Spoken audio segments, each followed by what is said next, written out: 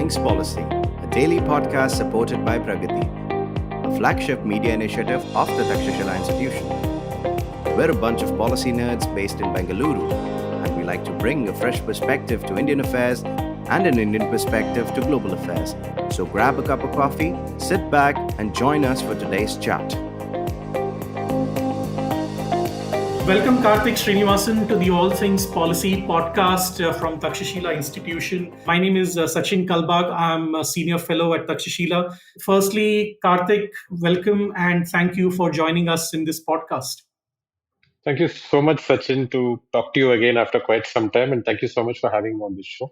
Thank you. First, for our listeners, the obligatory professional introduction to Karthik Srinivasan. He is an independent communications professional with stints in companies like Flipkart, Edelman, and Ogilvy. He has worked on brands such as Lenovo, General Motors, LinkedIn, Google, Vodafone, Myntra, and IBM, among others. He now consults with companies on communications and brand strategy and conducts corporate workshops and personal branding for business leaders. He is also the author of the book on personal branding called Be Social, Building Brand You Online. But that is the end of the professional introduction, Karthik. Now to my personal introduction. To me, more than anything of the above, Karthik is the final word on social media, on all things branding, marketing, and PR. He addresses issues with a great degree of intellect and balance, with a deep commitment to the subject's history. I have followed his work for more than 10 years now. And I have never seen Karthik lose his temper except when somebody quote tweets him in the middle of a conversation. But I'll just give you a personal anecdote. Last month, an uncle of mine who's an actor, who's a stage actor, Marathi TV stage and film actor, worked in an ad, and Karthik wrote glowing review of his acting in this particular ad. And when I told my uncle that, I know Karthik and I have been acquaintances / friends for a while now, he told me that your network is strong. I'm proud that you know Karthik. This after spending 28 years in the media and knowing, and meeting scores of influential people. My uncle tells me knowing Karthik is the pinnacle of your media career. So come on, Sachin. So this is where I stand in the family dynamic, Karthik. So thanks to you. But today, seriously, I want to tap into Karthik's experience and expertise to look into what could turn out to be one of the most transformative periods in media and social media. And that is the happenings at Twitter after billionaire Elon Musk took it over in dramatic fashion, and perhaps even more dramatic events that followed. He has fired more than half of Twitter's staff, reinstated controversial accounts such as Donald Trump, insulted and mocked American lawmakers, including Congresswoman Ocasio-Cortez. He has pledged free speech absolutism, which has stoked fears amongst people who are marketers and advertisers. And many of them have actually pulled out from the platform, as we know from the events that have transpired in the last 2 weeks. So, Karthik, I want to start off with asking you, what do all these events, and many of them are interconnected, mean for the future of Twitter in particular and social media in general? What does this mean for political discourse? What does this mean for advertising? What does this mean for lawmakers? I know this is a broad-based question, but your thoughts quickly on lawmakers, policymakers who've used Twitter as a go-to platform for broadcasting views. From a Twitter point of view itself, that is Twitter, the company, or Twitter, the social media entity, it doesn't augur very well at all, because whatever signs that we are seeing at the outset seem completely crazy and haphazard. This for a platform that has long been trying to do the right thing, and I would put the right thing in quotes, because they have their right thing and it has been criticized for a long time. But now things seem to have been completely going haywire because of the speed with which they are happening under Musk, actually. Broadly, as an outsider, to see things come to this stage where things are changing literally every 24 hours or even under 24 hours, it is quite crazy for a product or for a company which takes ages to make even small changes. The kind of changes, the kind of firings, layoffs, the kind of things that he himself is tweeting personally.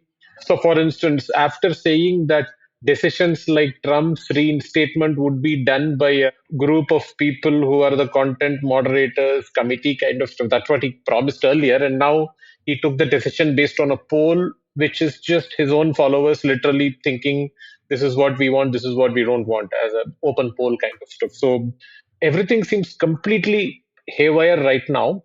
I'm not sure where this would end, but it doesn't look like there is a structure to this madness. It's just going on. One possible reason could be that he's just trying to increase the number of people who are interested in Twitter, which has long been stagnating to some extent. And one quick way to do it is do something completely dramatically different from what Twitter is known for. And he's known to use Twitter in such a way anyway, which is polarize people to take extreme opposite positions so that the more the merrier kind of stuff. We have a saying in Tamil which means Oor rendu pattal kootadiki kondattam, which means when the town is divided, the town jester is the most happiest basically because he actually gets to play on both sides of the equation. Yeah. So that seems to be the case.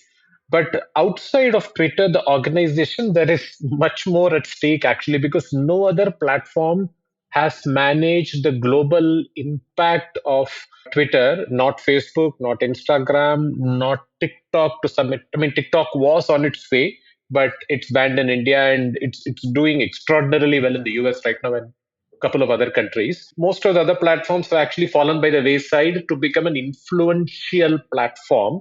So, for instance, TikTok is extremely influential with a very specific target group, which is the younger people, which was Instagram's calling card to some extent before some years. Now, TikTok has taken over that.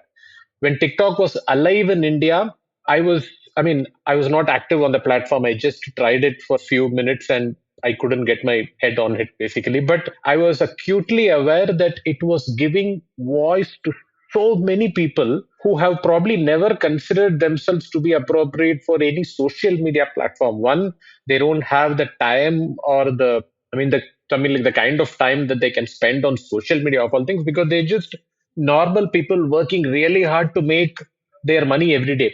But even those small time villagers, they used to allocate about 15 minutes of their precious time, which they could be working and earning more, with a phone which is charged with a battery from a truck or something like that. And all the platform asked them was just keep it in front of you and it will go 3, 2, 1, and they just need to perform for about 10, 15 seconds. That's about it. Yeah. And they don't need to write anything, they don't need to make themselves sound smart, nothing at all. They just need to talk in the language that they're comfortable in, or just enact for a song that is very popular already in their place. That's about it. And that gave them so much fame and happiness to some extent. But then, of course, there is a much larger geopolitical background to why it was banned. And I believe even the US government is planning or thinking on those lines, given the China intrusion in the platform, the data being taken. So, apart from Twitter, no other platform has gained that global recognition, mainly because global media is hyper active on Twitter.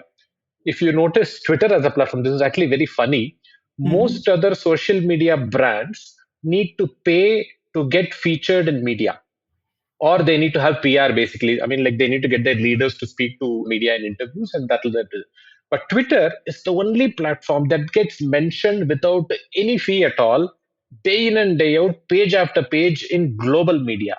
How? That's good. But how? Because if you open any newspaper like the Times of India, Hindustan Times, Hindu, etc., at least 3 or 4 pages will have stories which said this leader was quoted on Twitter, this actor said on Twitter, he tweeted, she tweeted. All those are actually words that belong to Twitter, the platform.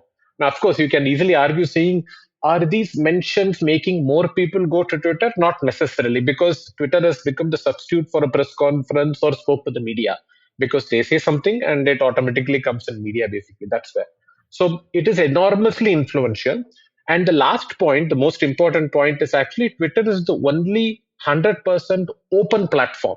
I mean, like, by which I mean, in both Edelman and Ogilvy, I used to manage social media listening as a practice for clients. And what happens in that is we use some paid tools to actually listen to social media chatter around a specific brand or a topic or a phrase or a brand name or a key phrase kind of stuff. In those cases, 90% of the results in the tool used to come from Twitter. The rest, only 10%, come from all other platforms put together, including Facebook or LinkedIn, etc. Because the reason is most other platforms are called walled gardens. That is, you need to have a login, only then you will be able to see the content.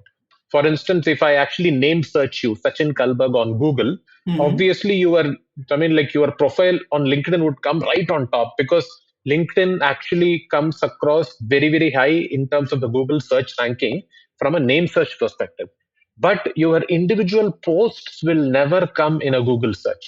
Only tweets, if you are particularly logged into Google and Twitter at the same time, your individual tweets will appear in a Google search saying, Sachin tweeted this 2 days ago, 4 days ago, kind of stuff.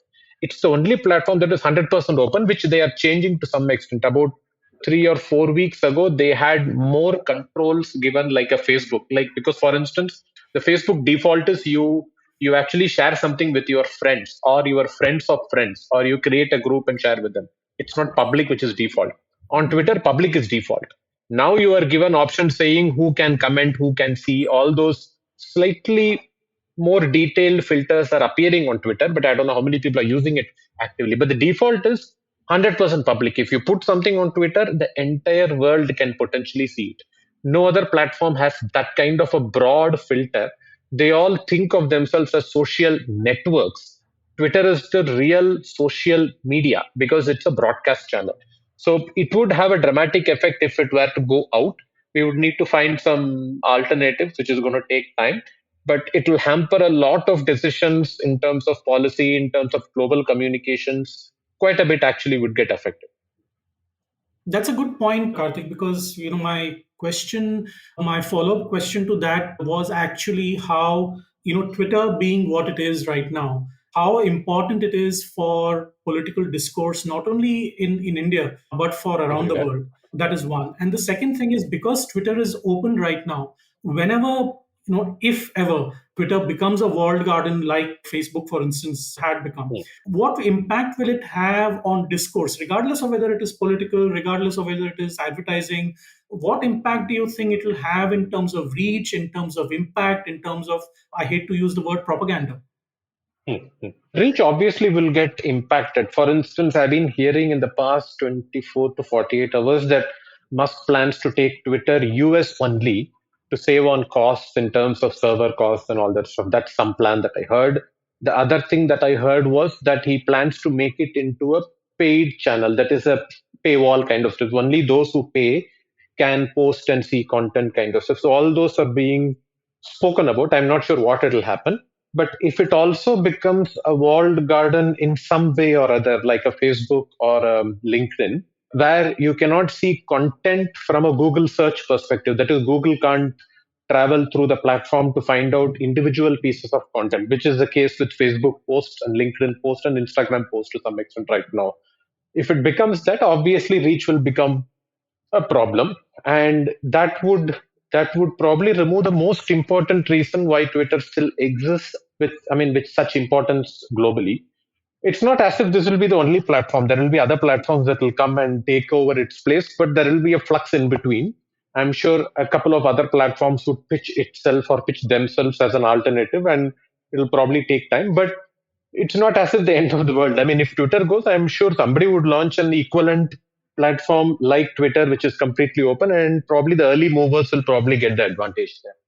But because Twitter has built such a huge impact channel for itself around Hmm. the world, building a new platform and getting the same amount of impact and getting the same amount of users Traction. Yeah. Yeah. attraction will be an extremely difficult and expensive process, wouldn't it? It will be, but it's also a very, very interesting prospect from a business point of view. Because right now there is none. To some extent, you can argue whether Coup from India is an alternative or Mastodon, which is probably it's more like the Unix equivalent of a Twitter, which is a Windows or a Mac, which is so easy. And this Mastodon seems like it's only for tech nerds kind of stuff. You need to select a server and all that stuff. So would they become the alternative? I have no clue at all. But the point is that Twitter's secret, weapon, is not the few users that use it, which is about 200 to 240 million people who use it. It's actually the media people who are active on Twitter, who are obsessed with Twitter as a news finding channel.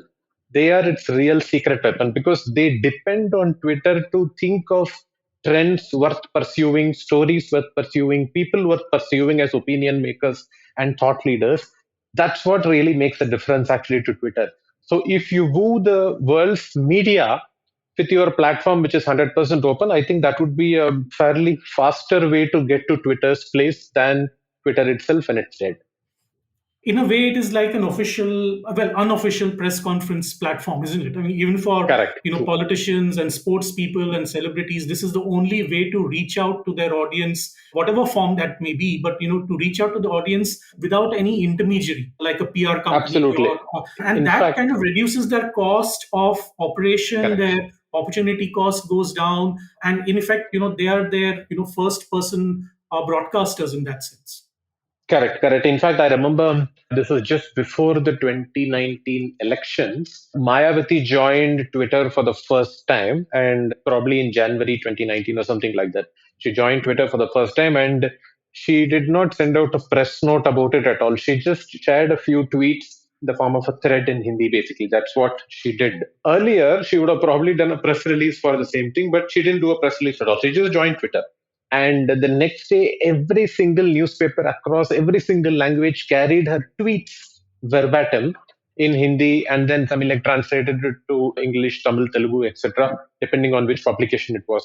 So the entire source was just tweets. She just joined Twitter and said something that became news automatically. So in her head, she was conducting a press conference equivalent by just joining Twitter and then posting a couple of tweets, which literally happens every day for most politicians and actors. They say something, it appears on Twitter. I mean, it appears in mainstream media as a story. So yes, that's there. But obviously, if Twitter goes down, the platform that aims to become its equivalent would need to actively woo media personnel first, because that's where like the kind of big numbers come from, actually, because they believe that this is a platform where I can get thought leaders and trending stories consistently over a period of time, and they would probably carry the platform to success eventually. Right. Karthik, we'll take a short break here. Sure.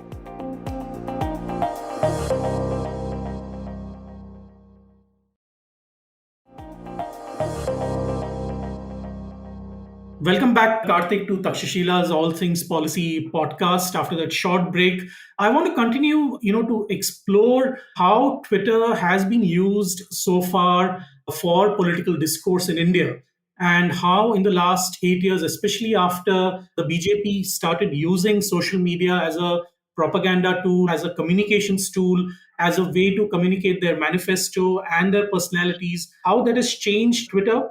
And now that Elon Musk has said that free speech absolutism is one of the tenets under which he's going to operate, how is that going to impact Indian social media, especially in the political discourse point of view?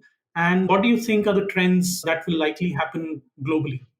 In terms of politics in India, I probably wouldn't credit Twitter too much in the political context. I would probably credit WhatsApp a lot more than Twitter, Right. because it reaches more people and it's far more insidious in the way it uses forwarding messages, actually, because earlier there was not even a mention that it's actually forwarded. It almost looks like I am actually something like forwarding your message that you sent me, and the third person actually gets it like it's my own message. That's how it used to be earlier. And then Right. thankfully they added a note saying this is forwarded message, and forwarded many times. All those kind of tags appeared. I think I would probably credit WhatsApp to be a far more invasive and insidious channel from a political propaganda point of view and political messaging point of view, at least in India. Twitter Hmm. is probably more influential, as I said earlier, within the mainstream media fraternity across languages, of course. They use the platform to find newsmakers within the political context.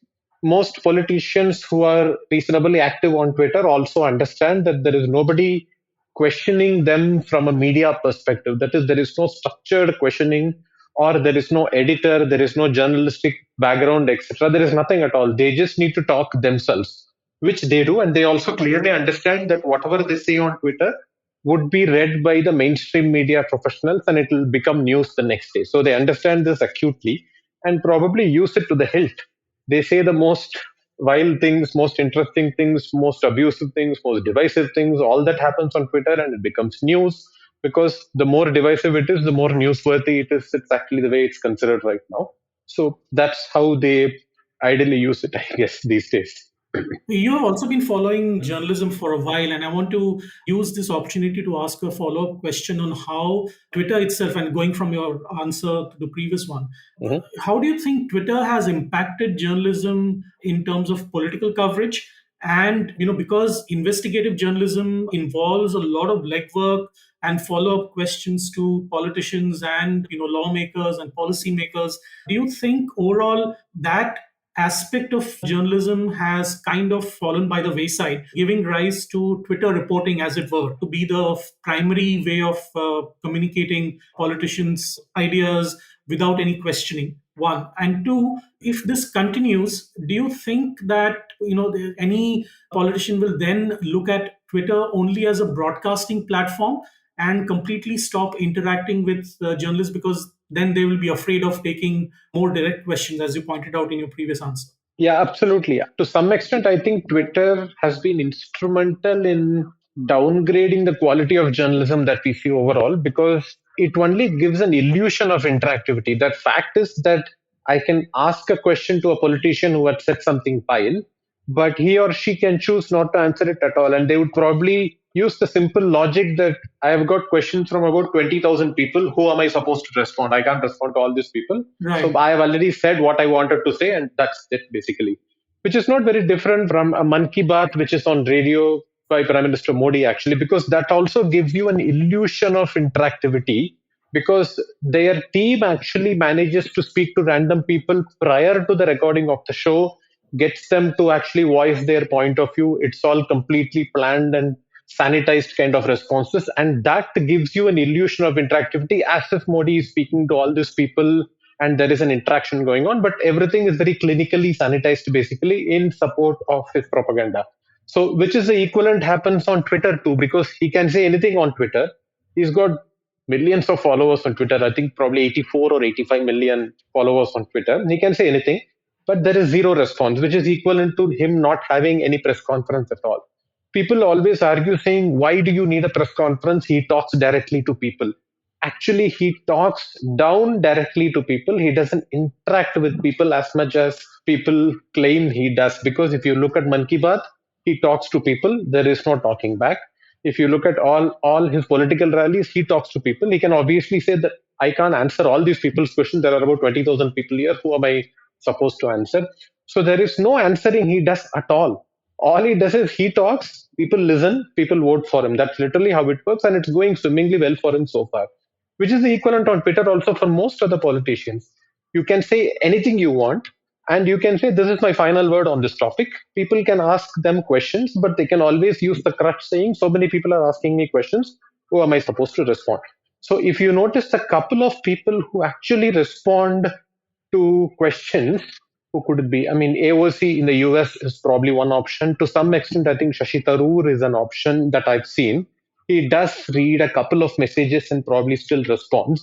I don't remember any other politician being active from a replying point of view at all. There is nothing engaging at all, just a one way broadcast. So that is getting accentuated. But given this, I won't blame the platform Twitter for journalism going down in terms of a downgrade by not doing the check of asking the politician offline a counter question on what he or she said on Twitter. That's on journalism. You can't blame the platform for this at all.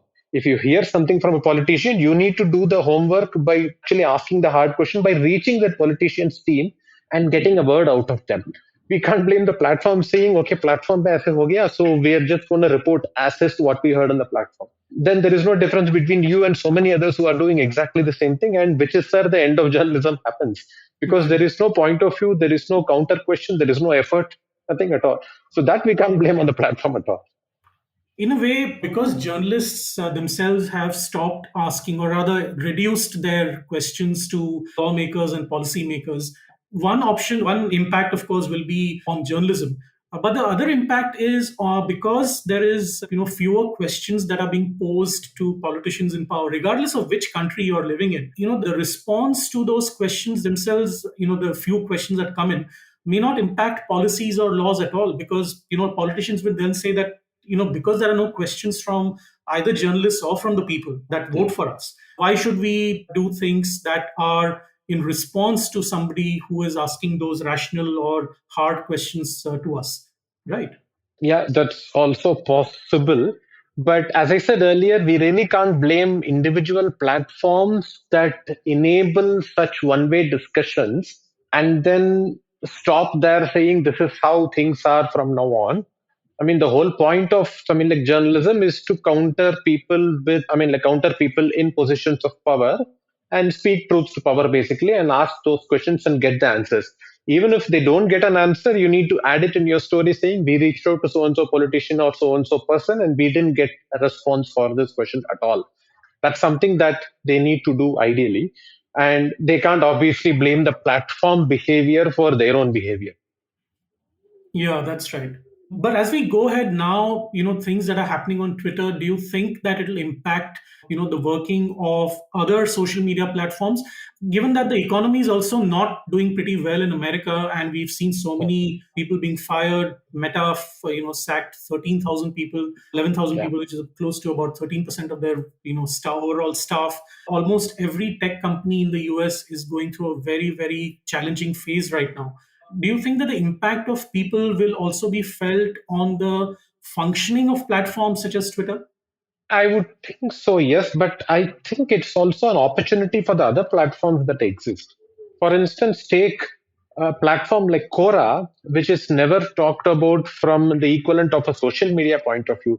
There is nothing stopping Quora from creating newer ways of engaging with influential people because they already have enabled things like AMA, that is Ask Me Anything kind of platforms. I mean, Quora is known for Ask Me Anything, where people like I think Jeff Bezos was once, and a couple of other people have done AMAs on Quora as a platform.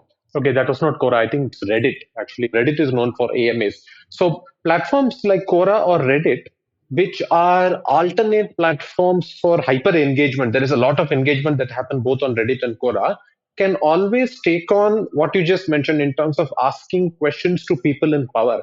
Just imagine I mean, like, just imagine a Reddit or a Quora getting people to ask questions to the people that they have in mind. I mean, like, this could be stars or politicians or sports stars, whoever it is. And then people can upvote questions which need answer more.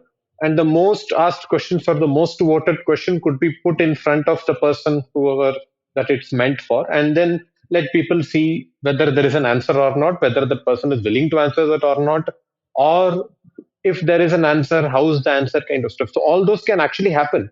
But I don't think anybody is thinking on those lines at this time. They are just looking at current social media channels and the way they operate and just stuck within the same rut. Probably we need to think completely afresh to actually rethink this whole game. Yeah. But at present, we know that mainstream media plays an important role in, policy making, Hmm. also, letting people know what is happening in government. But as the importance of maybe mainstream media may go down, especially print, may go down in the future. We don't know that yet. But we know that circulations have already stagnated across the country. But if at all the influence of the print medium goes down and the primary mode of communication for politicians and policymakers will be social media, regardless of what platform it is, and if it becomes a one-way street, the quality of democracy itself may be impacted, however small it may be in the beginning. But overall, in a period of time, the quality of democracy may get impacted. I would argue it has already impacted to some extent. Just look at India as a good case study, where the only accountability that we have is elections. Vote Mm. once every 5 years, and that's the answer that people give, is the way most politicians frame their own accountability. There is zero ongoing accountability, and even if there is some legal scrutiny, they are just swatted here and there. I mean, there are so many cases that are quite topical and important in India, which are just lying unheard in even the courts. Actually, just look at others, I mean, like legitimacy, or things like the demonetizations, I mean, like legitimacy, which just came across recently after so many years. That's there. So all those are just lying, just waiting to be heard. And it's just, I mean, it's almost like a facade that they are being heard intermittently, occasionally, and then the government, I mean, like the government asks for a date in the future and it keeps on getting pushed. So to some extent, it's elections are the only accountability that's there. Earlier, media used to question and bring some accountability, and media could make or break governments at one point. I mean, like it has happened quite a few times in India and quite a few times in the US and other countries. But now I don't think anybody would even imagine that media could make or break governments, because governments themselves have phrased their only accountability as elections. If we win elections, our answer is already there. Otherwise, there is no other answer sought or required from anybody at all. So I won't even blame social media, I mean, like platforms for the degeneration. It has already happened through other ways. The starting point of all this is both the inability and non-interest in politicians to have accountability and questions and answers, basically, which is actually probably happening in multiple countries around the world, not just in India. And social media is probably just accentuating that trend, I think. In a way, this, of course, this is human behavior, that we should not be questioned of our actions, and Yeah. politicians on social media kind of reflect that human trait. But in America, where we know that from 2017 to 2020, the end of 2020, when Donald Trump's election happened, I mean, when Joe Biden won, and there was Yeah. this infamous insurrection against Yeah. against the at the US Capitol building, the American Parliament. Yeah. Until that happened, there was no question of Twitter or Facebook suspending Donald Trump's account, despite the mainstream media there Yeah. pointing out at least on 1,000 occasions, and this is not an exaggeration, more than 1,000 occasions where Donald Correct. Trump's office or he himself seemed to Yeah. have lied or misinformed or disinformed the citizens of America. And the mainstream media did, stand up to him and say that, yes, we are challenging your statements, we are challenging your assertions, and this is where it stands. So why is that not happening with the same amount of intensity, you think, in India, given that social media has actually in a way democratized media dissemination across the country? Good question. I have thought long about this. I mean, one answer that I could probably tell myself is that the institutions are more stronger and more independent to take the right calls in the US, whereas probably the institutions are not that strong or that independent in India. They have been made more pliable and more malleable in India to some extent, but that won't be the right answer either. I think the fault probably lies with us people. We have chosen what we have elected for ourselves. Mhm. And I think we are not willing to let that go. And the most basic demonstration of the fact is that the BJP keeps winning again and again and again, and there is no rival in sight for probably the next few foreseeable years at all. Completely no rival at all. When there is no rival, there is no point for people to actually just rally around something else that they want for. This is actually the TINA factor. There is no alternative equivalent at all. That's the factor base. There is nobody else at all. So if you don't have somebody to look up to, people would just probably just submit to the power and force, saying you are our god and let's just bow in front of you, kind of stuff, which is probably what's happening here. And this happening with institutions also is probably the saddest part of the whole thing. So Twitter or any other form of social media is maybe just, part of the whole process rather than Symptomatic. it being the Yeah, yeah, process. Yeah. correct. I mean, it's probably just a symptom in the overall process. And like you said, I want to touch upon something that you mentioned earlier, and I think it's really important. The importance of WhatsApp as a broadcasting channel for politicians, given that there is already a very, very divided, polity across the country. And using that, to their advantage, maybe WhatsApp will continue to play a more important role than other forms of social media in India. Absolutely, yes. In fact, I remember meeting a documentary filmmaker who was making film on WhatsApp's importance in elections and particularly how BJP uses it. I had a long chat with him, and he told me that he was on ground in Uttar Pradesh looking at teams of people from BJP who are, I mean, whose main job is to create content for WhatsApp. And this is everything and anything. This is both vile, this is divisive, this is abusive, this is blatant lying, everything all put together completely. I mean, it's a big cauldron of hate and division, but that is their full-time job. And their job is to create at least 5 or 6 pieces of such content every single day and share it with networks. And from one network, it goes to another network, to another network. And this is their full-time occupation, quite literally. And it is actually reaping very big rewards for BJP, because that's how they change perceptions day in and day out with people.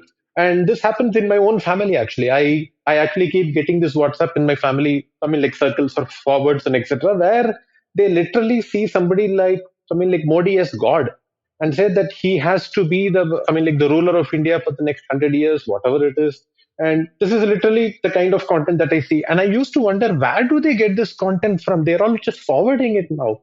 And then when I actually spoke to this guy who was making this documentary, I realized that there is a organized factory of information in terms of content, which probably outstrips the factory of content for Twitter, Instagram, and Facebook elsewhere in the world. Here in India, it's all WhatsApp. That's where they actually disseminate their information in. And this is probably a far more insidious channel and factory than any other factory of content that is there. And why do you think other political parties have not been able to rival the BJP when it comes to generating social media content?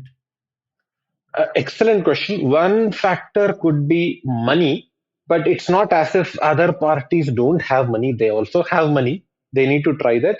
A more, I mean, a more believable reason could be ideology. I mean, for instance, BJP's ideology, I don't believe in it personally, but they have an ideology to hold on to. They have something to get people to hold on to. I don't think others have an ideology as strong as what BJP believes itself to have an ideology with. Others seem to be playing the we are not BJP, we will be better kind of ideology, which is hardly an ideology, which is just a thought process. Where would it amount to? There is nothing at all. But BJP probably has an ideology that people can root for, which is probably built on people's own innate interest in India being number one in the world kind of stuff. So I think they have nailed it from an ideology and commitment to that ideology point of view. We need an alternative ideology and a seriously committed player with some money to actually put in the market in terms of content so that we will see whether people see that as an alternative or not. Right.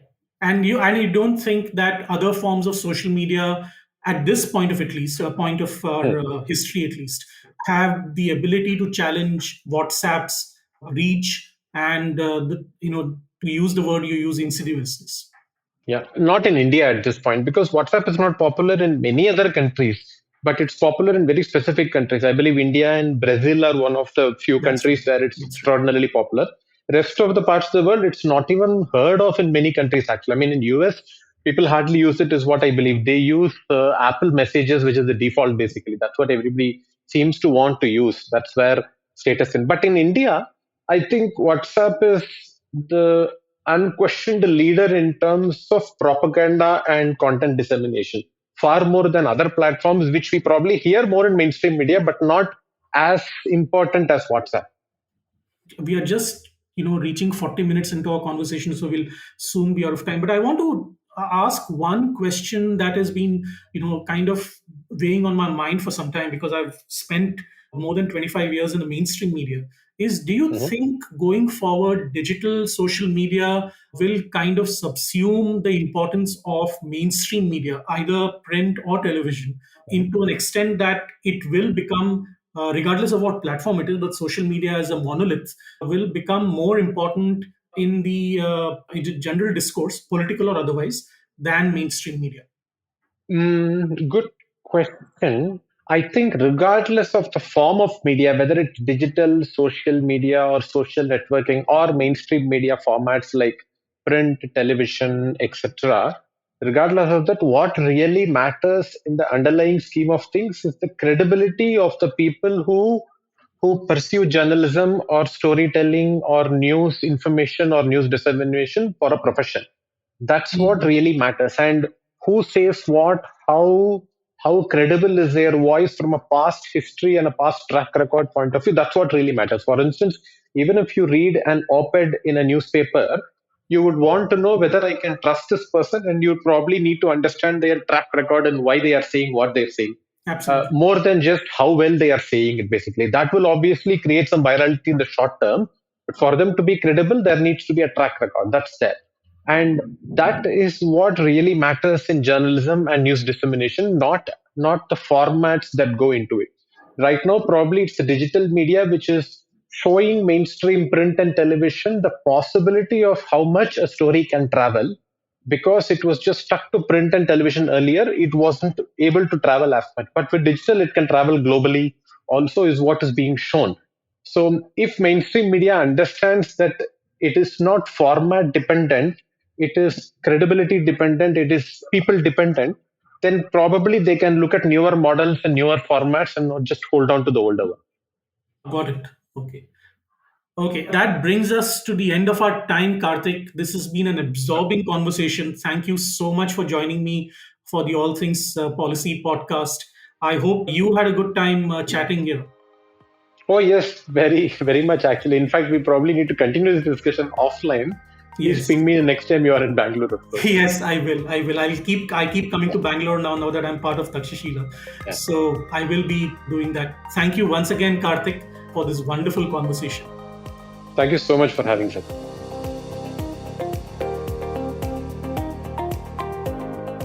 If you liked our show, don't forget to check out other interesting podcasts on the IVM network. You can tune into them on the IVM Podcast app, ivmpodcast.com, or wherever you listen to your podcasts. You can also follow IVM on social media. The handle is at IVM Podcasts on Twitter, Facebook, and Instagram. And hey, if you'd like to dive into Takshashila's research on technology, strategy, and economic affairs, check us out at our Twitter handle at Takshashila INST or our website takshashila.org.in.